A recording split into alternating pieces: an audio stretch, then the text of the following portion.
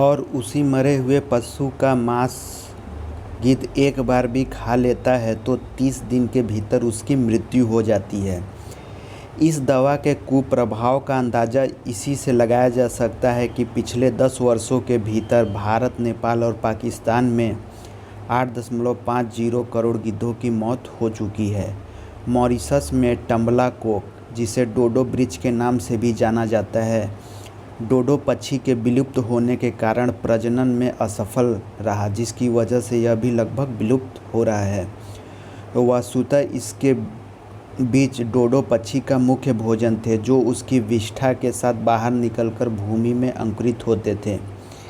Indian flying fox चमगादड़ों की एक प्रजाति है जो बांग्लादेश, चीन, भारत, नेपाल, पाकिस्तान और श्रीलंका में पाई जाती है। इसे ग्रेट इंडियन फ्रूट बैट के नाम से भी जाना जाता है। इंडियन फ्लाइंग फॉक्स जो एक चमगादड़ों की प्रजाति है, इसे ग्रेट इंडियन फ्रूट बैट कहा जाता है। ड्यूगोंग एक विशाल समुद्री स्तनधारी है जो विलोपन के कगार पे है। यह एक शाकाहारी स्तनधारी है तथा घास खाने की इसी आदत के कारण इन्हें समुद्री गाय भी कहा जाता है। यह पूर्वी अफ्रीका, दक्षिण एवं दक्षिण पूर्व एशिया और ऑस्ट्रेलिया में पाया जाता है। भारत में इसकी सबसे बड़ी संख्या भारत एवं श्रीलंका के मध्य मन्नार की खाड़ी एवं पाक की खाड़ी में निवास करती है। कच्छ की खाड़ी, सौराष्ट्र तट तथा अंडमान एवं निकोबार द्वीप समूह में भी इसकी उपस्थिति देखी गई है। ड्यूगोंग को वन्यजीव संरक्षण अधिनियम 1972 की अनुसूची 1 के अधीन विधिक संरक्षण प्रदान किया गया है। कच्छ का रण भारतीय वन्य गधे का प्राकृतिक स्थान है। इस वन क्षेत्र में इसका कोई परभक्षी नहीं है, किंतु आवास क्षेत्र के सीमित होते जाने के कारण इसका अस्तित्व खतरे में है। प्रोसिस जूलिफोरा मूलतः मैक्सिको, दक्षिण अमेरिका एवं कैरिबियन क्षेत्र का एक छोटा सा झाड़ी है। यह पौधा भारत में 19वीं शताब्दी में लाया गया। इस पौधों को तमिल में सीमई करुवेलम तथा हिंदी में बिलायती बबूल कहते हैं। ऐसा माना जा रहा है कि यह पौधा पर्यावरण के लिए हानिकारक है। विशेषज्ञों का कहना है कि इसके जड़ें काफ़ी गहराई तक जाती है और यह भूजल को बड़े पैमाने पर सोख रहा है। यह पौधा न केवल मिट्टी से जल सोखता है बल्कि आसपास के क्षेत्र में वायु की नमी को खत्म कर देता है, जिससे इसके निकट दूसरा पौधा ठीक से पनप नहीं पाता। यह पौधा वायुमंडल में विभिन्न जहरीले पदार्थों का उत्सर्जन करता है। स्पष्ट है कि जैव विविधता के लिए एक खतरा है। सिंह-पुच्छी बानर दक्षिण भारत में स्थित पश्चिमी घाट में पाया जाता है। यह बानर तमिलनाडु, केरल एवं कर्नाटक राज्यों में पाया जाता है। वर्ष 1952 में चीता को भारत से विलुप्त घोषित किया गया था।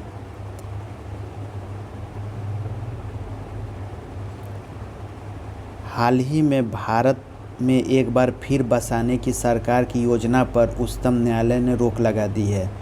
उल्लेखनीय है कि पर्यावरण एवं वन मंत्रालय ने चीतों को नामीबिया के जंगलों से लाकर मध्य प्रदेश के अभयारण्य में बसाने की योजना बनाई थी, जो उच्चतम न्यायालय ने खारिज कर दी थी।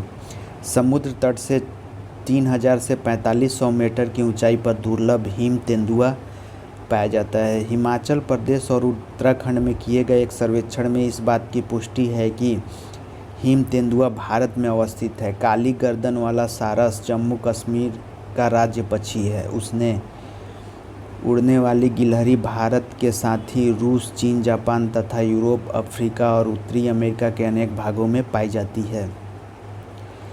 भारत में उड़न गिलहरी की 7 प्रजातियां पाई जाती है। भारत में हिमालय के पर्वतीय क्षेत्रों में सर्वाधिक उड़न गिलहरी हैं।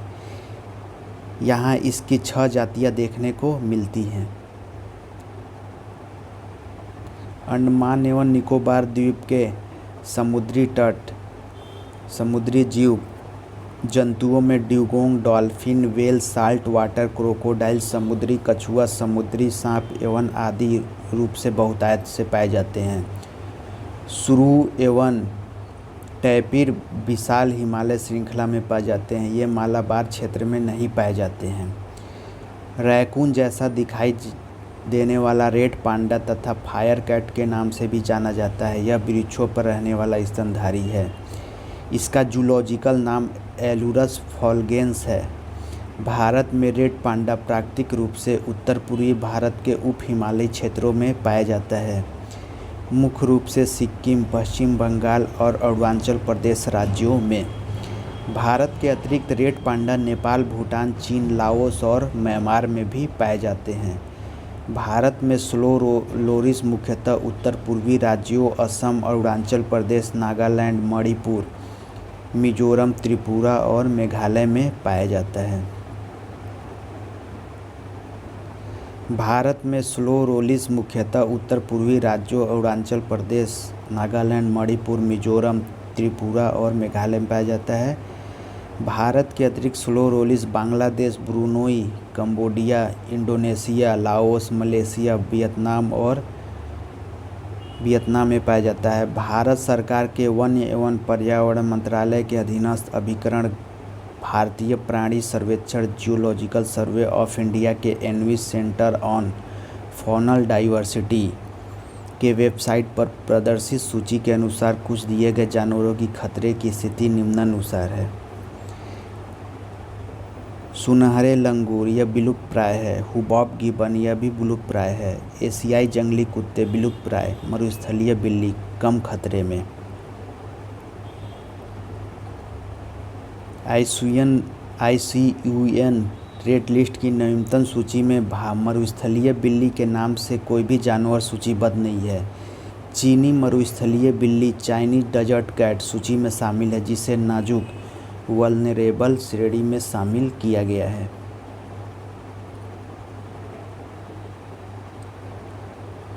निम्नलिखित में से कौन सी ड्रग गिद्धों की समष्टि में ह्रास के लिए उत्तरदायी है? तो यह है डिक्लोफिनेक सोडियम। डिक्लोफिनेक सोडियम एक साधारण सी दर्द निवारक दवा है, जिसका उपयोग किसानों द्वारा पशु के लिए दर्द निवारक के रूप में बुखार के इलाज में किया जाता है। दरअसल जब डिक्लोफिनेक सोडियम के उपयोग के दौरान पशु मर जाता है, उसी मरे हुए पशु का मांस गिद्ध एक बार भी खा लेता है तो 30 दिन के भीतर उसकी मृत्यु हो जाती है। इस दवा के कुप्रभाव का अंदाज़ा इससे लगाया जा सकता है कि पिछले 10 वर्षों में के भीतर भारत, नेपाल और पाकिस्तान में 8.5 करोड़ गिद्धों की मौत हो चुकी है।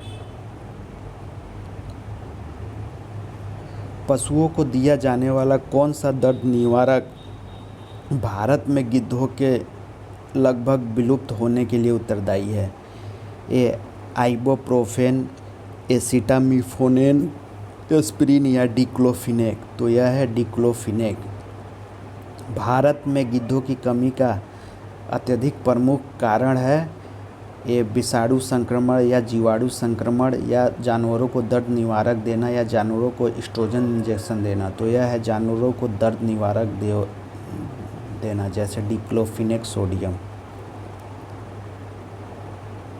कुछ वर्ष पहले तक गिद्ध भारतीय देहातों में आमतौर से दिखाई देते थे, किंतु आजकल कभी कभार ही नजर आते हैं। इस स्थिति के लिए उत्तरदायी है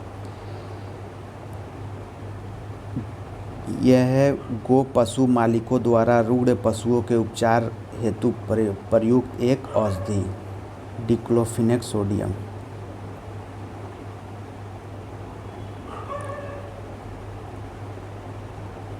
मॉरिशस में एक वृक्ष प्रजाति प्रजनन में असफल रही। ये फाख्ता, बी डोडो, कंडोर या स्कुआ। तो वह है डोडो। मॉरिशस में टम्बला कोक, जिसे डोडो वृक्ष के नाम से भी जाना जाता है, डोडो पक्षी के विलुप्त होने के कारण प्रजनन में असफल रहा, जिसकी वजह से यह भी लगभग विलुप्त प्राय हो रहा है। भारतीय वन जीवन के संदर्भ में उड्डयन वल्गुल निम्नलिखित में से क्या है? Flying fox. तो वह है चमगादड़, फ्लाइंग फॉक्स।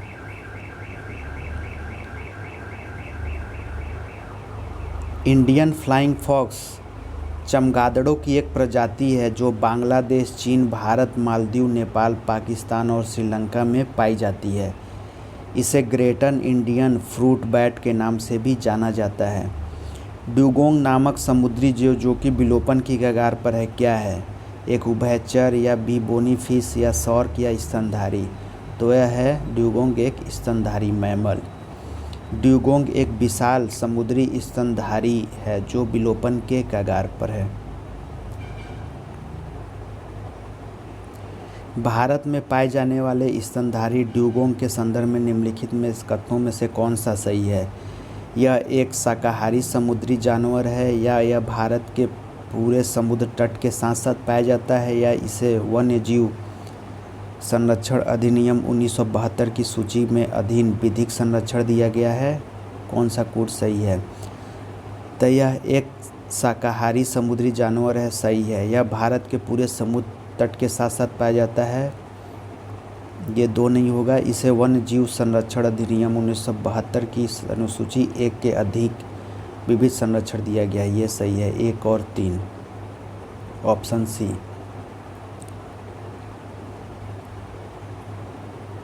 ड्यूगोंग एक समुद्री स्तनधारी है। यह एक शाकाहारी स्तनधारी है और घास खाने की इसकी आदत के कारण इन्हें समुद्री गाय भी कहा जाता है। ड्यूगोंग को भारत वन्य जीव संरक्षण अधिनियम 1972 के अनुसूची 1 के अधीन विधिक संरक्षण प्रदान किया गया है। बलुई और लवणीय क्षेत्र में एक भारतीय पशु जाति का प्राकृतिक आवास है। उस क्षेत्र में उस पशु के कोई परभक्षी नहीं है, किंतु आवास ध्वंस होने के कारण उसका अस्तित्व खतरे में है। यह पशु निम्नलिखित में से कौन सा हो सकता है? ये भारतीय वन भैंस, बी भारतीय वन गधा, या भारतीय वन सूकर, या भारतीय गजेल कुरंग? तो यह है भारतीय वन गधा। वन्य और लवणीय क्षेत्र एक भारतीय पशु जाति का प्राकृतिक आवास है। यह कच्छ के रण में पाया जाता है। कच्छ का रण भारतीय वन गधे का प्राकृतिक आवास है। इस क्षेत्र में इसका कोई परभक्षी नहीं है, किंतु आवास क्षेत्र के सीमित होते जाने के कारण इसका अस्तित्व खतरे में है।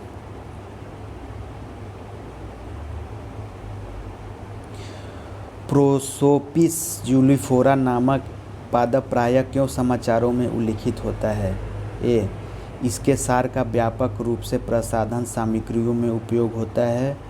बी, जिस क्षेत्र में उगता है वहाँ की जैव विविधता को कम करने लगता है। या सी, इसके सार का उपयोग कीटनाशकों के संश्लेषण में किया जाता है।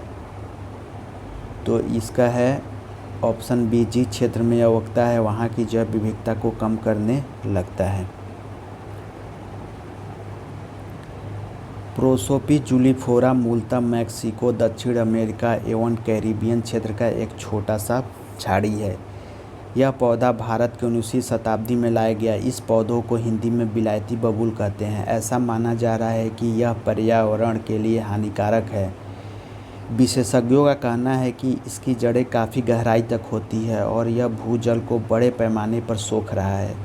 यह पौधा न केवल मिट्टी में जल सोखता है बल्कि आसपास के क्षेत्र में वायु की नमी को भी खत्म कर देता है, जिससे इसके निकट दूसरा पौधा ठीक से पनप नहीं पाता। यह पौधा वायुमंडल में विभिन्न जहरीले पदार्थों का उत्सर्जन करता है।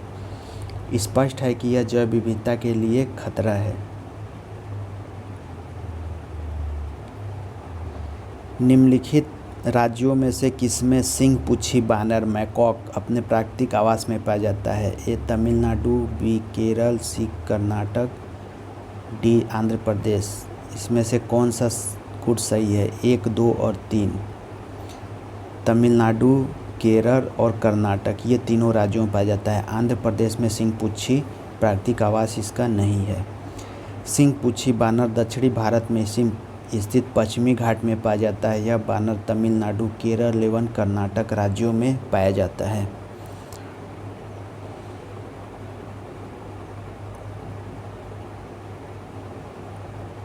निम्नलिखित कथनों पर विचार कीजिए। काली गर्दन वाला सारस, कृष्णग्रीव सारस, दूसरा चीता, उड़न गिलहरी, कंदली, हिम तेंदुआ निम्नलिखित में से कौन से भारत में प्राकृतिक रूप से पाए जाते हैं? तो काली गर्दन वाला सारस ये पाया जाता है चीता यह अब नहीं पाया जाता प्राकृतिक रूप से। उड़न गिलहरी ये पाया जाता है, और हिम तेंदुआ। ऑप्शन बी 1, 3 और 4। वर्ष 1952 में चीता को भारत से विलुप्त घोषित किया गया था। हिमाचल प्रदेश और उत्तराखंड में किए गए एक सर्वेक्षण में इस बात की पुष्टि हुई है कि हिम तेंदुआ भारत में उपस्थित है। काली गर्दन वाला सारा जम्मू एंड कश्मीर का राज्य पक्षी है। उड़ने वाले गिलहरी भारत के साथ ही रूस, चीन, जापान तथा यूरोप, अफ्रीका और उत्तरी अमेरिका के अनेक भागों में पाई जाती है। भारत में उड़न गिलहरी की 7 जातियाँ पाई जाती है। निम्नलिखित कथनों पर विचार कीजिए। अंडमान और निकोबार द्वीप समूह में लवण जल मगर पाया जाता है। मालाबार क्षेत्र के पश्चिमी तटों में श्रू और टैपीर पाए जाते हैं। उपरोक्त में से कौन सा कथन सही है? तो कथन 1 केवल सही है। अंडमान और निकोबार द्वीप समूह में लवण जल मगर पाया जाता है। अंडमान और निकोबार द्वीप समूह में। अंडमान और निकोबार के समुद्री जीव जंतुओं में dugongs, dolphin, whale, salt water crocodile, समुद्री कछुआ, समुद्री सांप आदि सामान्य रूप से बहुतायत में पाए जाते हैं। श्रू एवं टैपीर विशाल हिमालय श्रृंखला में पाए जाते हैं, ना कि मालाबार क्षेत्र में। श्रू एवं टैपीर विशाल हिमालय श्रृंखला में पाए जाते हैं, ना कि मालाबार क्षेत्र में। बाकी अंडमान और निकोबार समुद्री जीवों में dugongs, dolphin, whale, salt water crocodile, समुद्री कछुआ, समुद्री सांप आदि सामान्यतः रूप से पाए जाते हैं। निम्नलिखित कथनों पर विचार कीजिए। भारत में रेड पांडा प्राकृतिक रूप से केवल पश्चिमी हिमालय में पाया जाता है। दूसरा, भारत में स्लो लोरिस उत्तर पूर्व के सघन वनों में रहता है। तीसरा, निम्नलिखित कथनों में से कौन सा सही है? तो केवल कथन 2 सही है। भारत में स्लो लोरिस उत्तर पूर्व के सघन वनों में पाया जाता है, नॉर्थ ईस्ट। भारत में रेड पांडा प्राकृतिक रूप से उत्तर पूर्वी भारत के उप हिमालयी क्षेत्रों में पाया जाता है। यहाँ पश्चिमी हिमालय दिया है। मुख्य रूप से सिक्किम, पश्चिमी बंगाल और अरुणाचल प्रदेश राज्यों में। अतः कथन ये गलत है। भारत में स्लो लोरिस मुख्यतः उत्तर पूर्वी राज्यों असम, अरुणाचल प्रदेश, नागालैंड, मणिपुर, मिजोरम, त्रिपुरा और हिमालय में पाया जाता है। अतः कथन 2 सही है।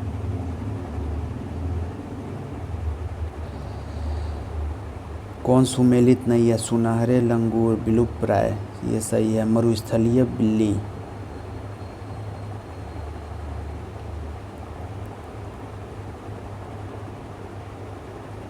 भारतीय मरुस्थलीय बिल्ली तो विलुप्तप्राय है, पर चाइनीज विलुप्तप्राय नहीं है, ऐसा कुछ इसमें डाउट है। हुलॉक गिबन विलुप्तप्राय। एशियाई जंगली कुत्ते असुरक्षित, ये भी विलुप्तप्राय हैं। इनका कोई भी सही नहीं है। आईयूसीएन रेड लिस्ट की नवीनतम सूची में मरुस्थलीय बिल्ली के नाम से कोई जानवर सूचीबद्ध नहीं है। चीनी मरुस्थलीय बिल्ली सूची में शामिल है, जिसे नाजुक वल्नरेबल श्रेणी में शामिल किया गया है, तथा एशियाई जंगली कुत्ते विलुप्तप्राय श्रेणी में है। इस प्रकार बी और डी दोनों सही सुमेलित नहीं है। बी और डी सही सुमेलित नहीं है। उत्तर प्रदेश लोक सेवा आयोग द्वारा बाद में जारी संशोधित उत्तर कुंजी में इस प्रश्न के मूल्यांकन से बाहर कर दिया गया। रामसर सम्मेलन। जैव विविधता पृथ्वी पर जल व थल दोनों जगहों पर पाई जाती है। आर्द्र भूमियाँ भी जैव विविधता का बड़ा संग्रहार है। आर्द्र भूमि क्षेत्र जलीय तथा शुष्क स्थलीय पारिस्थितिकी तंत्र के बीच स्थित है। आर्द्र भू क्षेत्र प्रकृति में पानी को सोखने और छानने के विशाल स्पंज है। ये पोषक पदार्थ की मात्रा को कम करके तलछटों को हटाकर जल को शुद्ध करते हैं। बाढ़ के दौरान नम भूमियाँ पानी में मौजूद तलछट और पोषक तत्वों को अपने में समा लेती है, जो सीधे नदी में जाने से रोकती है।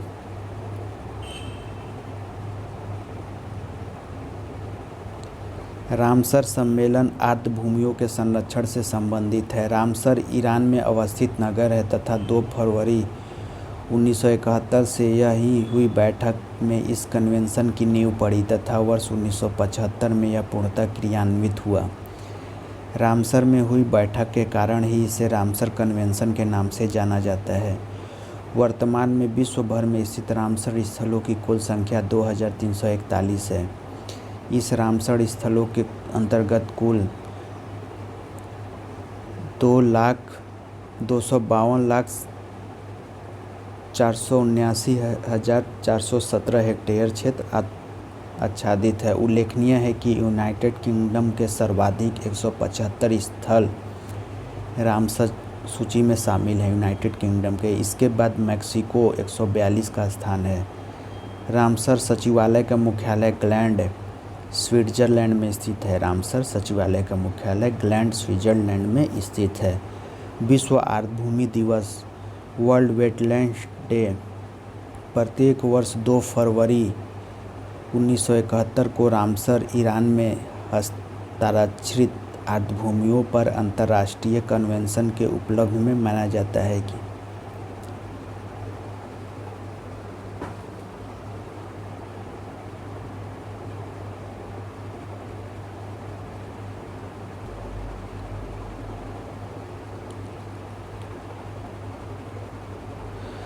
प्रत्येक वर्ष 2 फरवरी 1971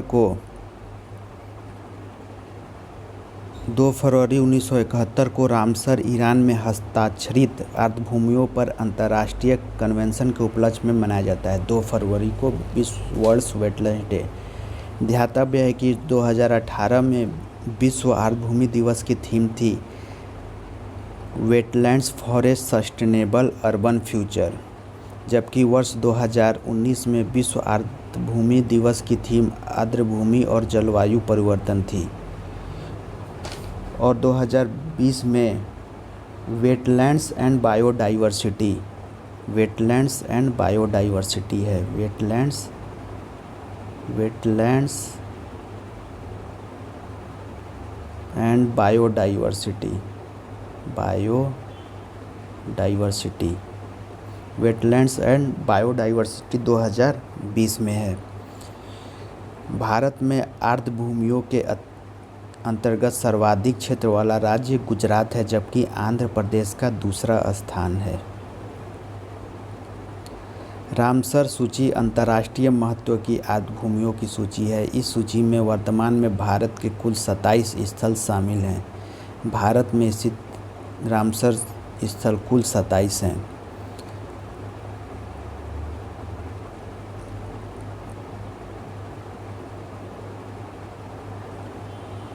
अष्टमुदी आर्द्रभूमि ये केरल में है। भीतरकनिका मैंग्रोव उड़ीसा में है। भोज आर्द्रभूमि मध्य प्रदेश में है। चंद्रताल आर्द्रभूमि हिमाचल प्रदेश में है। चिल्का झील उड़ीसा में है। दीपोर बिल असम दीपोर झील। पूर्वी कलकत्ता आर्द्रभूमि पश्चिमी बंगाल। हरिके झील पंजाब में। होकेरा आर्द्रभूमि जम्मू और कश्मीर में होकेरा आर्द्रभूमि है। कांजली पंजाब में है। केवलादेव राष्ट्रीय राजस्थान में है। केवलादेव राष्ट्रीय उद्यान राजस्थान में है। कोलेरू झील आंध्र प्रदेश में है। लोकटक झील मणिपुर में है। नल सरोवर गुजरात में है। नल सरोवर पॉइंट कैलीमियर। बाकी के और आगे पढ़ेंगे। धन्यवाद दोस्तों।